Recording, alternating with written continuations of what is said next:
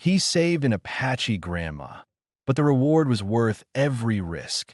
Take care of her, brave cowboy. Before we dive into the story, don't forget to like the video and tell us in the comments where you're watching from. The sun hung low over the New Mexico territory, 1882, pressing heat into the wood-plank street of the settlement, the air dry enough to sting the back of the throat with every breath. Dust rolled from passing wagons, sticking to sweat on faces and hands, and the sound of horses shifting in their harnesses carried through the open doors of the trading post. Inside, the light dimmed to the glow of lanterns and narrow windows. Shelves stacked with flour, beans, salt, and rough-cut cloth lined the walls. The air was thick with the smells of rawhide, kerosene, and stale tobacco. Caleb Rollins stepped in, letting the door shut behind him with a dull thump of tired hinges. He stood tall, broad through the shoulders, his faded cavalry coat hanging loose over worn work clothes. His boots were dust-caked, his wide-brimmed hat pulled low. At 35, he carried himself like a man who had lived 2 lives already. The war years had left scars, the most visible running across his cheek, but the deeper marks were harder to see. He had fought in places no one spoke about anymore, scouted land that had never been his to walk, and seen enough death to understand the cost of silence. Now he kept to the edges of town, buying supplies when he had to, avoiding talk whenever possible. He had come here for salt, coffee, and a spool of thread. Simple needs, enough to last another stretch alone at the cabin. He didn't look for trouble, but he carried the weight of knowing that it often found him. Near the counter stood an old Apache woman.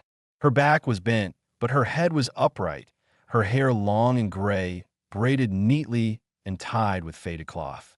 She wore a blanket with geometric patterns woven through it, wrapped around her frail body. She was smaller than most, but her eyes held steady, sharp as flint. She was in the post for the same reason Caleb was: survival. Flour, beans, salt. Nothing more. A ranch hand, drunk off whiskey before the sun was even down, had cornered her. His clothes were stained, his hat pulled crooked, and his face flushed red. He swayed on his boots, bottle in one hand, the other hand raised high. He cursed at her, words thick and broken. Caleb caught the tone more than the meaning, words about land, about her kind, about being in his way. The old woman did not flinch. She looked up at him like she had seen men like him before, too many times to be afraid anymore. But she did not move. Her grip stayed firm on the bundle of supplies she had picked from the counter. Caleb felt the familiar coil in his stomach tighten. It was the same tension he had felt before stepping into danger during the war. The moment of decision when a man had to choose whether to stay seated and quiet or to step forward. He hated that feeling. It dragged old memories up. But watching the man tower over the grandmother, hand raised, it was not a choice at all. He crossed the floor in 3 steady strides. His boots struck the boards hard enough to make the drunk turn. Caleb caught his wrist before the hand came down, twisting it back with practiced force, the bones grinding under his grip. The man swore and tried to pull free, but Caleb drove his other hand to the man's shoulder and pushed him against a barrel stacked with nails. The ranch hand buckled, his voice turning into a half-choked gasp. Caleb's jaw tightened as he held him there. A part of him, an old part from the war, wanted to press harder in the fight before it started. But this was no battlefield. Not anymore. He forced his hand to let go. The ranch hand staggered backward, muttering, spitting insults that didn't carry much weight now. His eyes flicked from Caleb's scar to his shoulders and then away. He saw what others usually did. A man who wouldn't move unless he had reason, but who wouldn't stop once he had. That was enough. The drunk stumbled out into the street, bottle still clutched in his hand. The room fell silent again, except for the sound of the lantern flame hissing in its glass. Caleb reached into his coat pocket, pulled $2 silver, and set them on the counter. His voice was low and flat, steady from years of learning how to keep it so. Her food's paid. Tully, the storekeeper, glanced at Caleb, then at the old woman. He nodded once, said nothing, and slid the coins into his till. He wrapped beans, flour, and a brick of lard in brown paper and set it gently in front of her. The grandmother took the bundle. Her hands shook slightly from age, but her eyes didn't waver as she lifted them to Caleb. She studied his face, her gaze steady, and he felt the weight of it in his chest, heavier than the scar that had marked him all these years. "You have my life," she said finally, her English accented but clear. Her voice was rough but firm, carrying authority even through her frailty. "Be gentle with my granddaughter."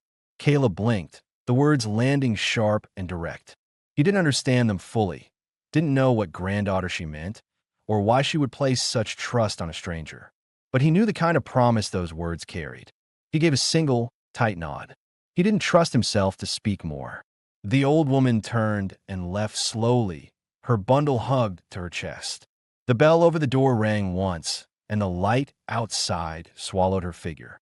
Caleb stood for a moment longer, feeling the old coil of tension in his stomach begin to unspool. His jaw ached from how hard he had clenched it. He had acted out of instinct, not out of desire. He told himself that, but he knew he would remember her words, simple, sharp, and final, long after the dust on the street had settled. The wind carried a faint chill across the high desert plains as the days stretched into late winter. Caleb kept to his cabin after the trading post incident, tending chores that filled silence, splitting kindling, hauling water, mending tack. Yet his mind circled back to the old woman's words, spoken with that unshakable calm.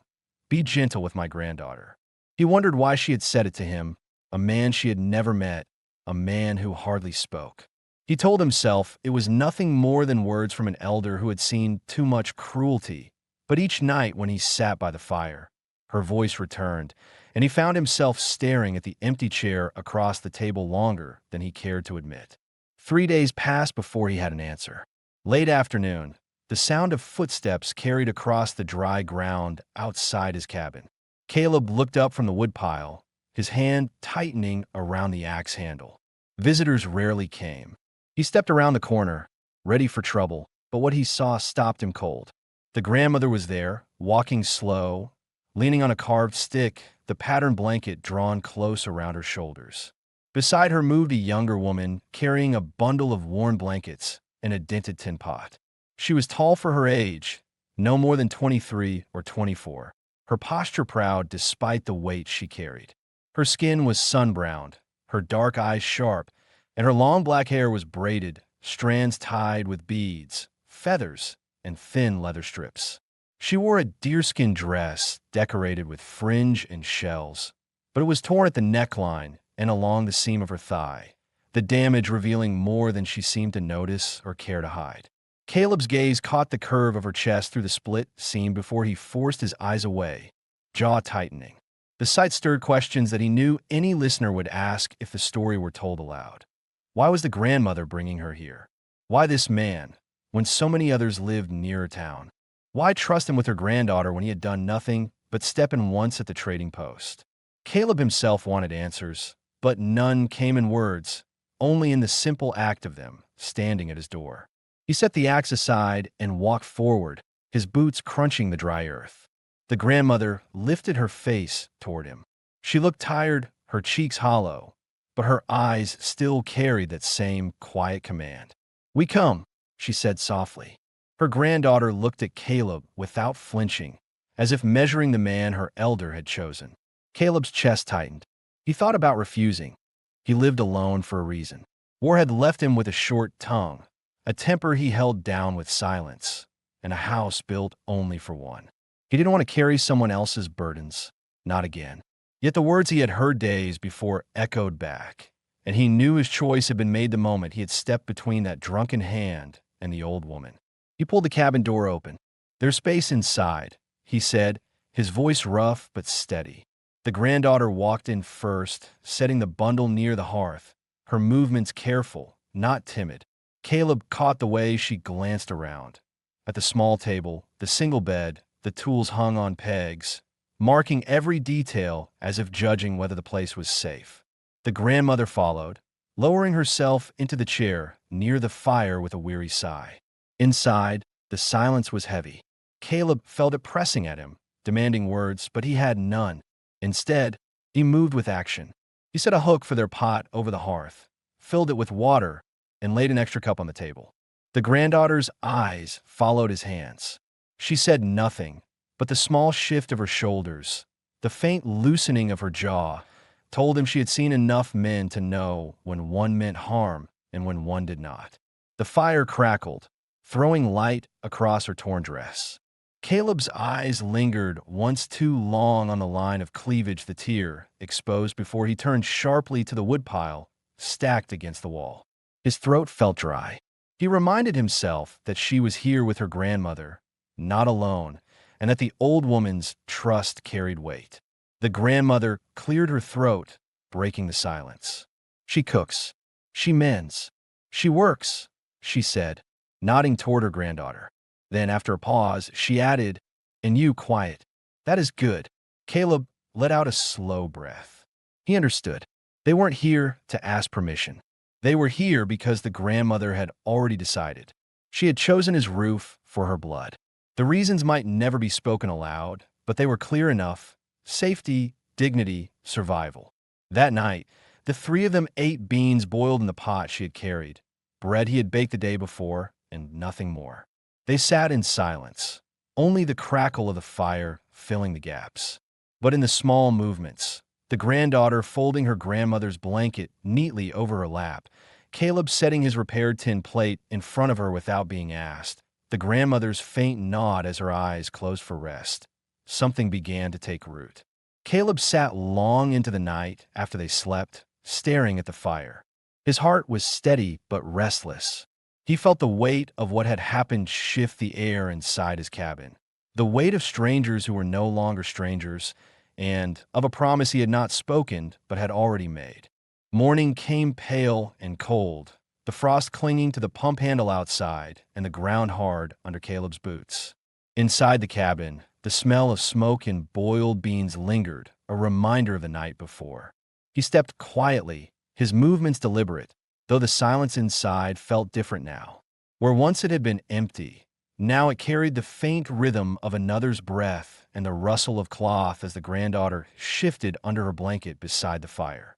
The grandmother still slept, her chest rising slow but steady. Caleb crouched near the hearth and stirred the embers until the flames licked up. He thought about what people would ask if they heard this story. Who were these women? Where had they come from? Why had they trusted a man like him? He knew he had no full answers, but pieces had begun to show. The grandmother had spoken of her people being pushed farther south by settlers and soldiers, many lost to sickness and hunger. Supplies from the trading post meant survival. But going there alone had left her open to the kind of cruelty he had interrupted.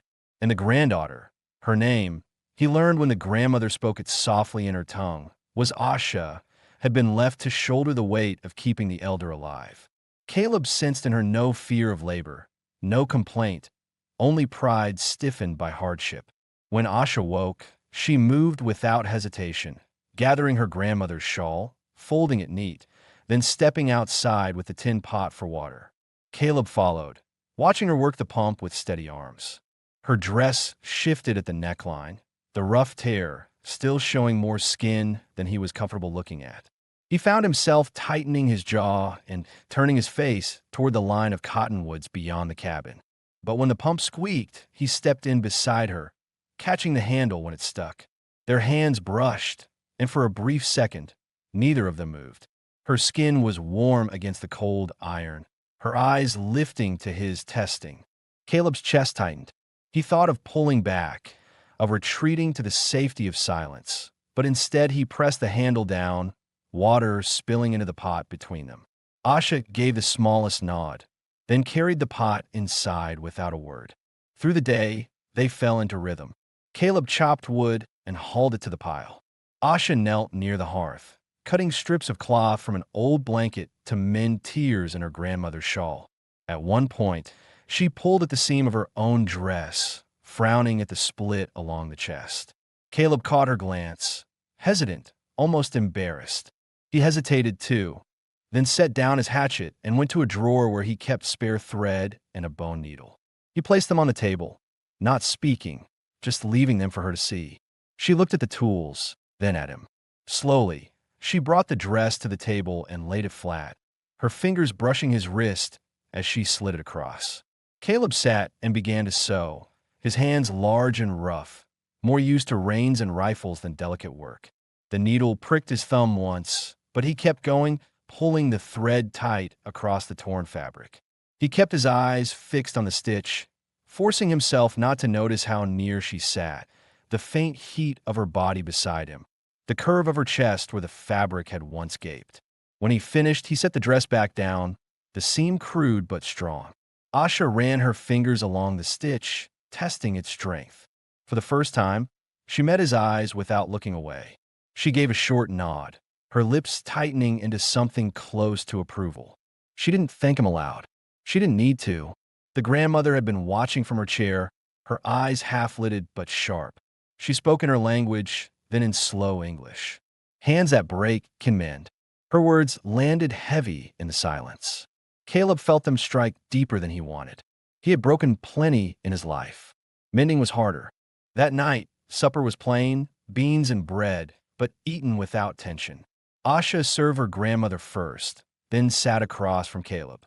When the old woman leaned back to rest, Asha's hand lingered on her arm, protective. Caleb saw it and felt a strange pull inside his chest, something he hadn't felt in years. The shape of family around a table, not through blood, but through presence. Later, when the grandmother had drifted into sleep, Caleb rose to check the door latch. He turned and found Asha near the hearth, testing the mended seam of her dress. She caught him watching, and, instead of covering, she held his gaze for a moment longer than before. There was no smile, no invitation, only the quiet recognition of two people who understood the cost of trust. Caleb gave a small nod, then turned to bank the fire. He lay down that night knowing nothing had been spoken, yet something had shifted. The cabin was no longer his alone, and silence had taken on a different weight. The next morning broke with a thin frost that silvered the pump handle and left a crisp shine across the cabin's porch rail. Caleb stepped outside first, his breath showing in the air, the land quiet except for the creak of the mule in its pen. He had lived this same morning 100 times, fetching water, splitting wood, feeding the mule, but now there were more steps echoing behind him. Asha came carrying a tin cup, her hair falling in a loose braid over one shoulder, her deerskin dress mended where he had sewn it, but still worn thin in places. Her grandmother sat by the hearth inside, coughing faintly, her small shape wrapped in the patterned blanket. For the first time, Caleb understood what listeners might wonder. Was the old woman well enough to travel, to live in this place, or was she nearing her end? Did Asha expect him to carry not just her safety, but her elder's life as well? He found himself asking the same questions, though he kept them locked inside. At the pump, Asha reached for the handle and pulled hard, but the iron groaned and stuck as it sometimes did. Caleb stepped forward without thinking, his hand falling over hers to push it down. The metal was freezing, but her skin beneath his palm was warm. For a long second, neither of them moved. Asha's eyes lifted to his face, dark and steady, not challenging but searching. Caleb's chest tightened. He thought about pulling back, keeping the distance safe, the silence intact, but he pressed down instead. Water rushed from a spout into the cup, cold and clear. Their hands stayed together on the handle even after the cup filled, until Asha shifted slightly and carried it back inside. Caleb stood still, watching her walk away, his heart beating harder than it should for something so small. Inside, the day moved with the rhythm of work. Caleb repaired the fence gate outside, while Asha cooked a thin stew with beans and dried venison strips. She moved quietly, but each task she did carried care, washing her grandmother's cup twice, folding the bedding with sharp corners, scraping the pot clean so nothing went to waste. Caleb noticed, and he realized listeners might ask something else now.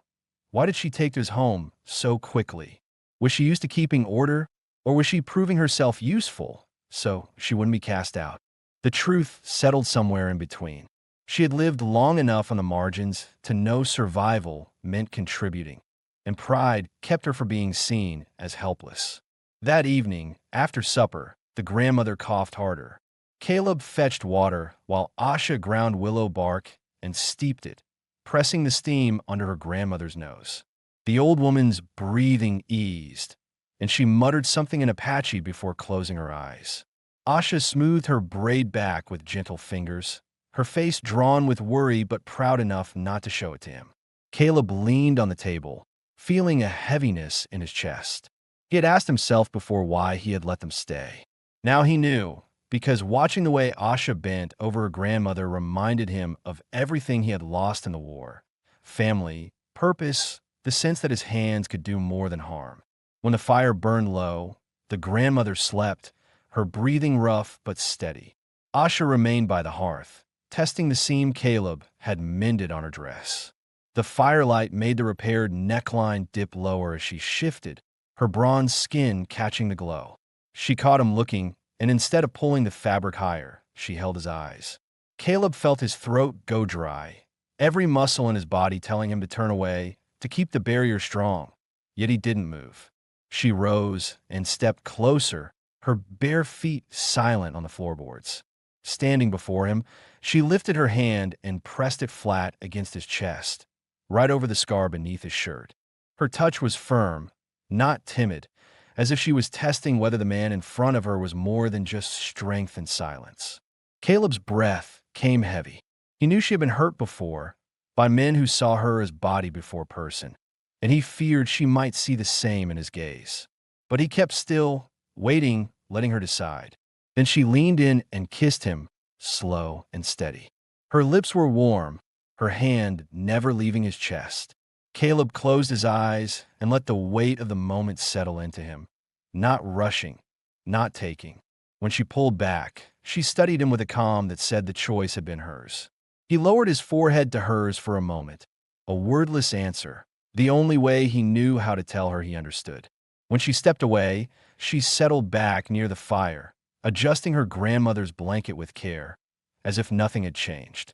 But Caleb sat at the table long after, staring at the flames, knowing everything had. The cabin was no longer silent in the way it used to be. The silence now held breath, touch, and unspoken promises. The next day broke with a clear sky and a sharp wind out of the north. Caleb rose early, the habit of years, and stepped outside with his rifle slung over his shoulder. The mule stamped at the pen, restless, and the ground cracked dry under his boots. He had meant to ride south to check the fence line and gather wood, but when he turned back to the cabin, he saw Asha stepping out, her grandmother still asleep inside. She carried a length of rope and a determined look. It struck him that he had not asked her much, where she had come from before this, what kin she might still have, or what dangers had followed them to his door. Listeners would ask the same questions. Why her? Why here? Why now?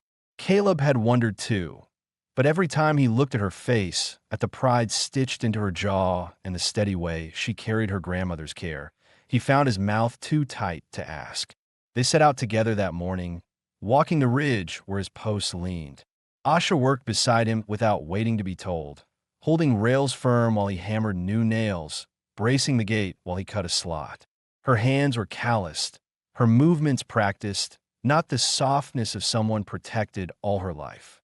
He realized then that she had seen work and hardship long before his cabin, and that whatever story she carried was written on her skin as plain as the sun-browned lines along her arms. At midday, they rested. Caleb opened his canteen, passing it to her. Asha drank, wiping her mouth with the back of her hand, then passed it back without looking away. The silence stretched, but it was not empty.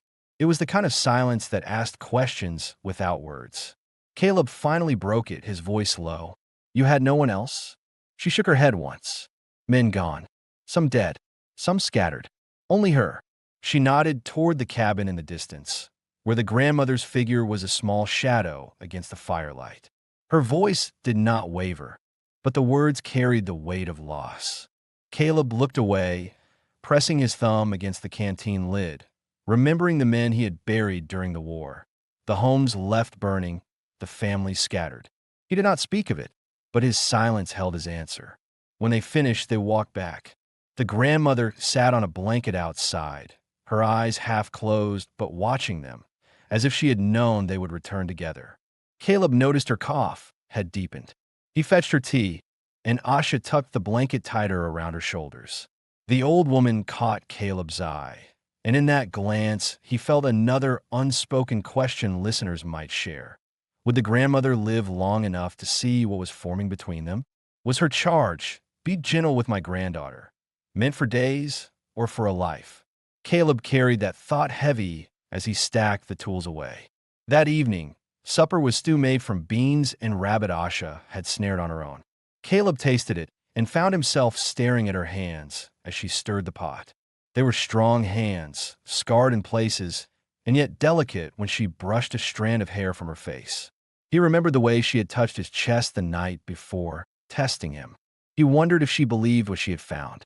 After the meal, the grandmother fell asleep early, worn thin by the day. Asha and Caleb sat near the fire, their shoulders close but not touching. She broke the quiet first. "You have no wife?" Her words were blunt, her eyes on the flames. Caleb shifted, throat tightening. "Had one, before the war." He stopped there. He had never told anyone more, not in years. But Asha waited, and something in her stillness made him go on. "She died. Fever took her. I buried her on the ridge. Since then, just me." The words felt strange leaving his mouth, pulled from a place he had kept closed. Asha turned then, her face softened by the firelight. She did not speak, but her hand moved again to his chest, the same place as before. It was not a question this time. Caleb felt his breath catch. He thought about leaning in, about closing the space between them, but he held himself still, afraid of breaking the fragile thread of trust. She gave a faint nod, as if to say she understood the restraint, then lowered her hand and leaned back. The fire popped, and the cabin held the weight of everything unsaid. That night, as Caleb lay on his cot and listened to the even breathing of the two women across the room, he knew what others might still wonder. Was he their protector out of duty, or had something deeper already begun to claim him? The answer pressed at his chest like a hand that would not lift. He closed his eyes, the sound of Asha's quiet breath just enough to steady the old ghost that rose whenever he tried to sleep. By the time the thaw began to soften the edges of the land, the grandmother's cough had worsened. Her breaths came shorter, and though she still held her spine straight in the chair, Caleb could see the strain in her face when she tried to rise. Supplies were running low, and Asha had pressed him the night before with a simple statement: "We need cloth, and salt, and medicine for her." It was not a request, but a truth. Caleb knew the question would come from anyone hearing this story. Why had he not taken them back to town sooner? And what would the townsfolk say when he did? He had asked himself the same thing, but when the need was plain, there was no choice left. That morning, he hitched the mule and pulled the wagon from its lean-to. Asha sat beside him on the bench, her grandmother wrapped in blankets in the back, her eyes closed against the wind. The ride was quiet except for the groan of the wheels and the mule's steady hoofs. Caleb glanced at Asha once, the line of her jaw firm, her braid tugged loose by the wind. He wondered if she feared what waited in town, the stares, the words, the men like the one he had thrown out weeks before. But she sat tall, not shrinking, as if daring anyone to test her pride. When they arrived, the town looked much the same, dust blowing between buildings, men outside the saloon watching with narrowed eyes, women pulling shawls tighter as they stepped aside.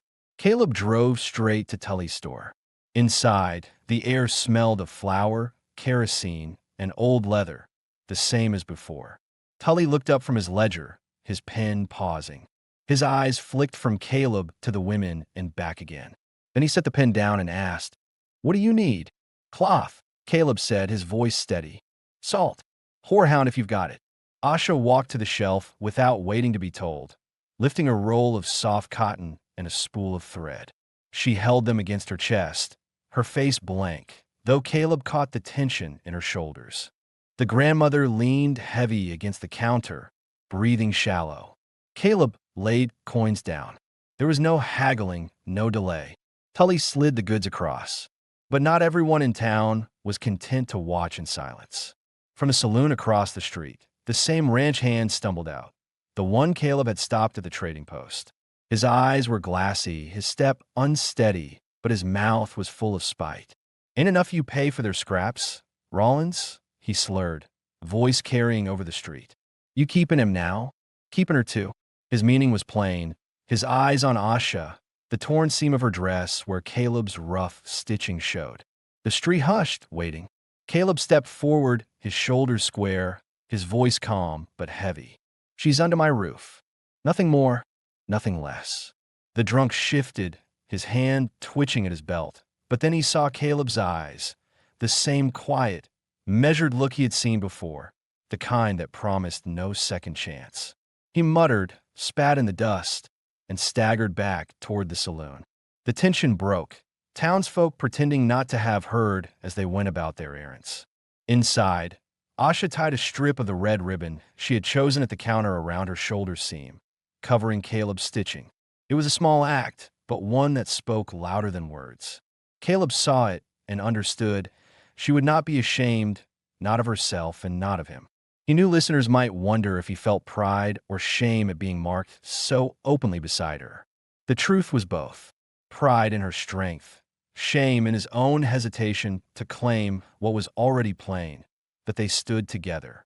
The wagon rattled back toward the cabin with the supplies wrapped tight, the grandmother asleep under the blankets. Asha sat close, her arm brushing his as the mule pulled steady along the road. She didn't speak, but the ribbon caught the light, bright against the deerskin, a sign she had chosen to stay. Caleb felt the weight of that choice in his chest. That night, the grandmother's cough eased after Asha brewed the horehound tea. Caleb sat at the table, sharpening his knife, watching the two women by the fire. He thought again of the question others would ask. Was he their protector out of duty, or was something else binding them? When Asha glanced up and met his eyes, holding them without flinching, he realized the answer no longer needed words. The cabin was no longer a place of silence alone. It was a place claimed, piece by piece, by the act of staying. The thaw pressed harder with each day, turning the ground soft underfoot and sending meltwater down from the ridge in narrow streams. Caleb spent the morning hauling wood to higher ground, his shirt damp with sweat despite the cold air. Inside the cabin, Asha boiled willow bark tea for her grandmother, the sharp smell filling the room. The old woman's cough came deeper now, pulling at her thin chest, each breath sounding like it scraped against stone. Caleb knew what any listener would ask at this point. How long could she last? And was she the reason the granddaughter had been brought to him so suddenly? The answer showed itself in the way Asha hovered at her grandmother's side, refusing to let her lift so much as a cup, her eyes dark with worry even when her face stayed firm. By afternoon, the grandmother called them both close.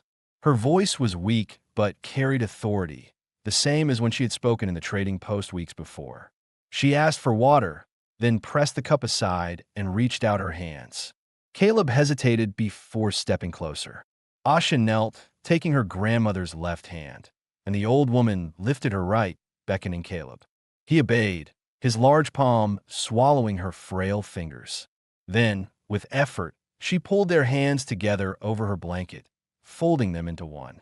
Her eyes moved between them, and she whispered something in Apache, words Caleb could not follow. Asha translated softly. She says, "Two must walk where one cannot." The weight of her hand on theirs pressed into Caleb's chest. He had always told himself he lived alone because it was safer, because people left you sooner or later, but now here was this frail elder tying his future to hers and to Asha's with nothing more than a sentence. He thought about pulling back, but the grandmother's grip was surprisingly strong for her age. He stayed, silent, as Asha lowered her head and whispered back in her own tongue, words full of devotion that Caleb could not understand but felt all the same. That night, the fire burned steady while the grandmother rested deeper than before. Asha kept watch, spooning tea in her lips when she stirred, smoothing her braid, tucking the blanket tighter. Caleb sharpened his knife again at the table, but his eyes kept drifting to the women. He asked himself another question listeners might raise. Was he ready to carry the responsibility of both of them, when all he had wanted was silence and a roof to himself? He thought about it As the blade slid against the whetstone, the scrape steady. The truth came without words. He already was. Later, when the grandmother fell into sleep, her breathing uneven but calm, Asha sat back on her heels, exhausted. Caleb stood, poured her a tin cup of water, and set it in her hands. She drank slowly, then looked at him with eyes that held gratitude and something more. She said quietly, "She believes we are already one." Her tone carried no hesitation, only certainty. Caleb's chest tightened at her words. He did not answer right away, afraid of saying too little or too much. Instead, he reached across and laid his hand gently over hers, the same way the grandmother had done earlier. Asha did not pull back. She simply let it stay. The hours stretched late. Outside, the wind rattled through the pines, but inside the cabin the silence was different than it had ever been. It was no longer the silence of strangers, but of people bound together, waiting. Caleb leaned back in his chair, watching Asha close her eyes beside her grandmother's cot. He thought about the question that would surely come next. Was this the moment when their bond turned to permanence, or was it still only the beginning? As he banked the fire and listened to their breathing, he knew it was both. The spring melt had grown stronger, water cutting deeper lines through the soil, and the air carried a damp smell of earth. Inside the cabin, the grandmother slept more often, her strength thinning day by day. Asha rarely left her side except to fetch water or prepare food, and Caleb began taking on more work, splitting wood and tending to the mule while keeping an ear tuned for the sound of her cough. He knew listeners might be asking now, was the grandmother fading fast? And if so, what would happen to Asha if she passed? Would Caleb send her away? Or had his silence already bound him to her? The truth showed itself in the way he watched Asha, in the way his hands lingered when passing her a bowl, or how his eyes searched for her in every room. He already knew the answer. She was not leaving. One evening, after a long day repairing the pen, Caleb returned to find Asha outside by the creek. She had spread blankets on the rocks to dry and was rinsing a basin in the cold water. Her braid had come loose, strands of dark hair clinging to her damp cheek. Her dress, still mended at the seams, had slipped low at the shoulder as she leaned forward, the curve of her skin catching the last light. She glanced up when she heard his steps, and for a moment neither of them spoke. The silence carried the weight of questions unasked.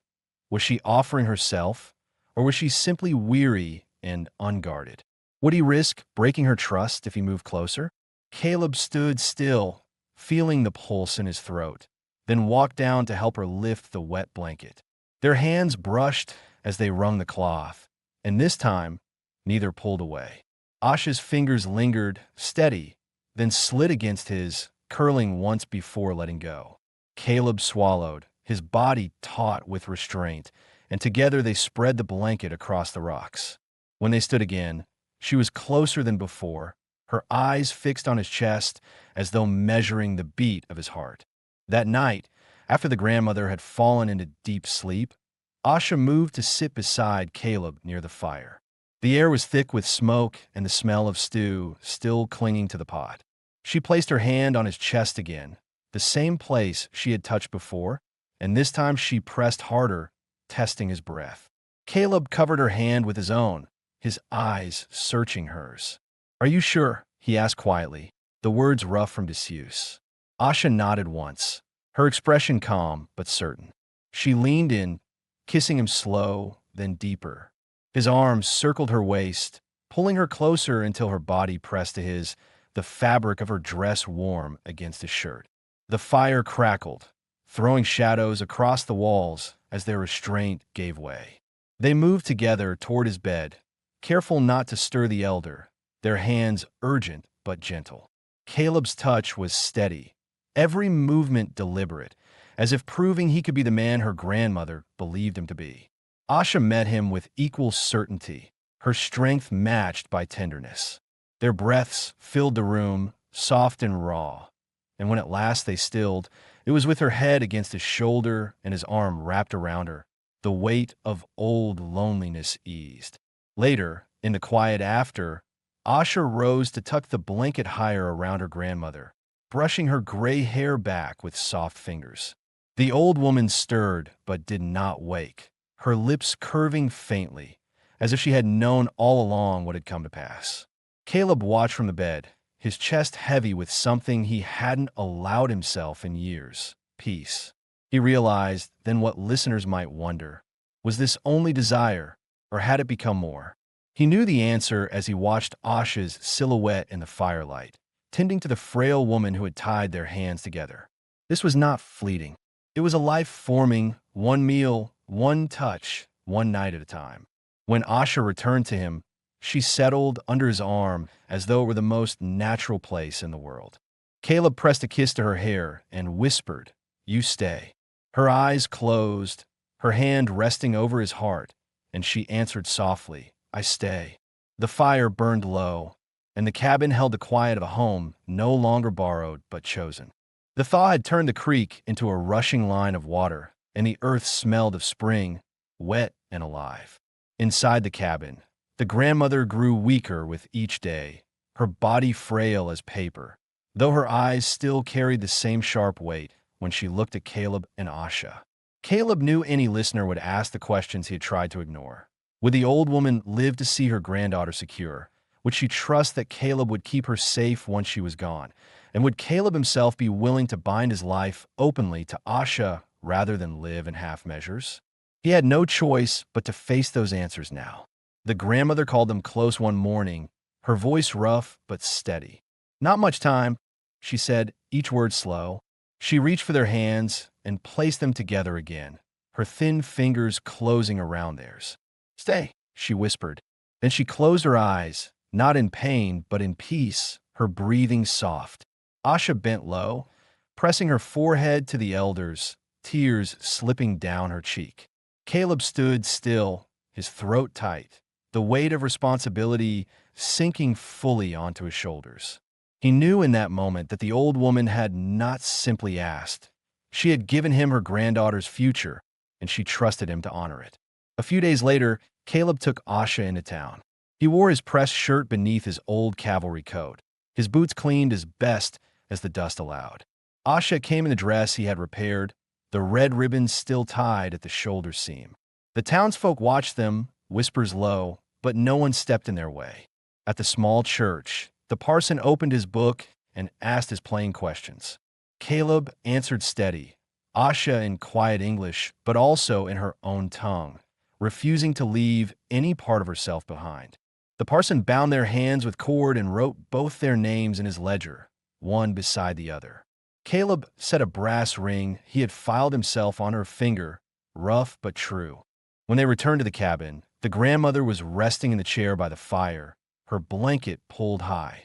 Asha knelt beside her, showing her the ring. The old woman smiled faintly, the lines of her face softening, and she whispered something in Apache that Asha translated. She says, "Now I can sleep." That night, the elder closed her eyes with peace, and though her breaths came slow and shallow, she wore the look of a woman who had finished her work. In the days that followed, Caleb built a narrow bed for her near the window, so she would not have to bend. He and Asha worked side by side, hauling water, mending fence, planting beans in the warming earth. When the grandmother dozed in the sunlight, Caleb would see Asha glance at him, and in her eyes there was no doubt. The bond between them was not only in touches or whispered words, but in the steady rhythm of shared labor, in meals cooked together, in the act of staying. Caleb often thought of what people might still ask. Was this love or duty? Was it survival or something deeper? He knew the answer each time he looked across the table at Asha and saw her hand resting over the ring he had given her. Each time she pressed that same hand to his chest, as though reminding him she had chosen to stay. On the first warm evening of spring, they sat outside together, the door open, the fire inside crackling low. The grandmother slept in her bed, the air gentle around her. Caleb leaned back, Asha beside him, her braid brushing his arm. The land stretched quiet and wide before them, but the silence between them was no longer the silence of emptiness. It was the silence of home.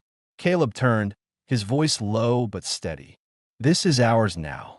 Asha nodded, her hand finding his fingers tight. Ours, she said.